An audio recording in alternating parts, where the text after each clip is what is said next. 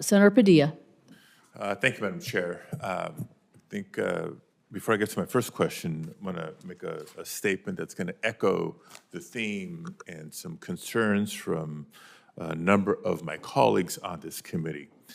So let me start by being California specific and say that the Army Corps process for funding and implementing projects in California is fundamentally broken. And I can't support a WRDA bill without seeing some real changes. Let me review what's happened with California's highest priority Army Corps projects just within this last year. Sacramento has among the highest flood risk of any major city in America. The Army Corps gets it. 86% of its homes are at risk. Yet, nevertheless, over $126 million was stripped out of the Corps' fiscal year 2025 work plan as part of the political transfer of over $250 million from states that have elected Democratic leadership to states with Republican leadership. That's right, a shift from blue states to red states. On October 17th of last year, the director of the Office of Management and Budget announced that over $11 billion in core funding for projects in blue states, including California, had been paused. We understand the Corps' district commanders were told which projects were frozen, but were also directed not to inform the local project sponsors or the public. So there's great uncertainty over where California projects are being frozen and for how long. What we do know is that many critical projects in California are also facing arbitrary obstacles. For the San Francisco waterfront project, we're hearing the Corps will no longer approve a chief's report that had been scheduled for this year. Work on the Los Angeles River Ecosystem Restoration Project has stopped because the Corps is simply no longer processing the city's request for a project cost increase, even though Lieutenant General Graham publicly committed that the requested cost increase would be administratively approved in time for this year's WRDA just a few months ago. And a recycled water pipeline in Los Angeles County has been stalled for over 3 months now by a new policy requiring the Assistant Secretary's office to review project cooperative agreements that have already been signed off on by the Corps district and the division. So, Madam Chair, how can I possibly support a business-as-usual WRDA when so many critical California projects are either arbitrarily stopped, stalled, or facing fundamental uncertainty whether they'll still have funding going forward? To support a WRDA bill, I believe we need some certainty that when Congress has enacted and the President has signed into law specific funding amounts for specific projects, these projects cannot simply be indefinitely frozen or stalled. Now, that being said, let me jump into my first question. General Graham, I want to ask you about the San Francisco waterfront coastal flood study, which is a critical project to protect downtown San Francisco from potentially severe coastal flooding.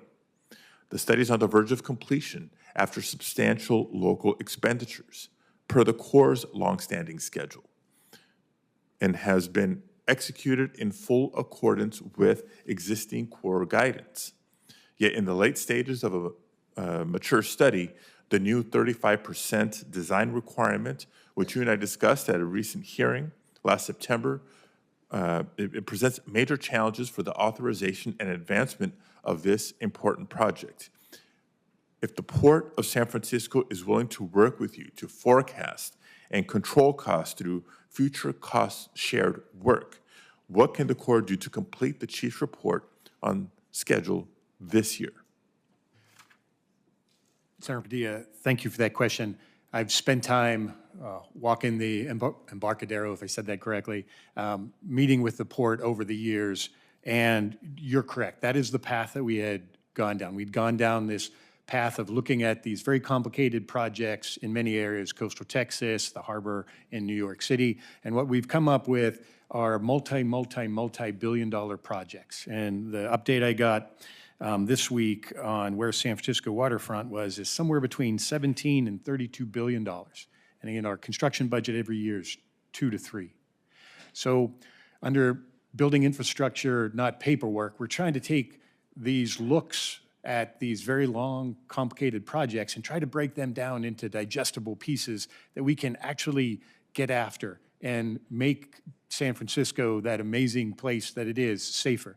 So, Senator, you have our absolute commitment that we're going to work diligently to break these projects down, but we've got to make sure that we get the engineering right on the cost estimates that we're giving you. We've been too long asking authorization from this committee when the engineering behind those cost estimates are only at 5 to 10%. So I asked in this case, where do we think the design maturity is in total for the San Francisco waterfront project? It's about 10%.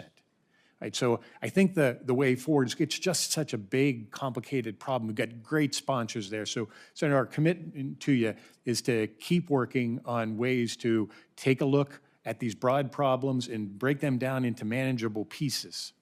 No, look, and that's the beginning of what I want to hear. Like, what is the path forward? I know some of these projects are represent a big budget, a big dollar amount, and so that's why this new 35% requirement is it's not part of a one-size-fits-all, because not one size does fit all. So what is the path forward? We've talked offline about the Everglades authorization precedent that was set. I'm not saying it has to be that exact model, but there's other models that I would just love to get a commitment from the Corps on, that this is how we're going to tackle those unique challenges of these bigger ticket projects that are so critical. I know my colleagues have talked about life safety. This is life safety in San Francisco. Senator Padilla, if I may respond. Mr. Tell. I would just point you to a new process that we've developed as part of building infrastructure, not paperwork, to get at the exact challenge that you're identifying. We've incentivized our non-federal sponsors to build these big, complex projects, and then we wind up studying them for decades. And it turns out that to get them to the fidelity of engineering that's required to provide the Congress with accurate information, we may have to study them for another decade after everything changes in a community like San Francisco that's a dynamic community. The rapid process allows us to take features within a project and lift them out and design them to 35% maturity so that we can submit them to you with confidence that we know what we're talking about, we know what the cost is going to be, and then get that project authorized and funded, start delivering for the American public, for your constituents, and then move on to the other features within the project rather than seeking to boil the ocean right away. So my time is up. I just, two things. I'll ask some additional follow-up questions for the record after today, but do want to register in front of my colleagues that there's been significant investment from local partners on this and other projects in California, for that matter, to date. So as we may pivot to a different model of breaking this down and getting to completion in a different way, I want to make sure that those initial investments are credited and not overlooked.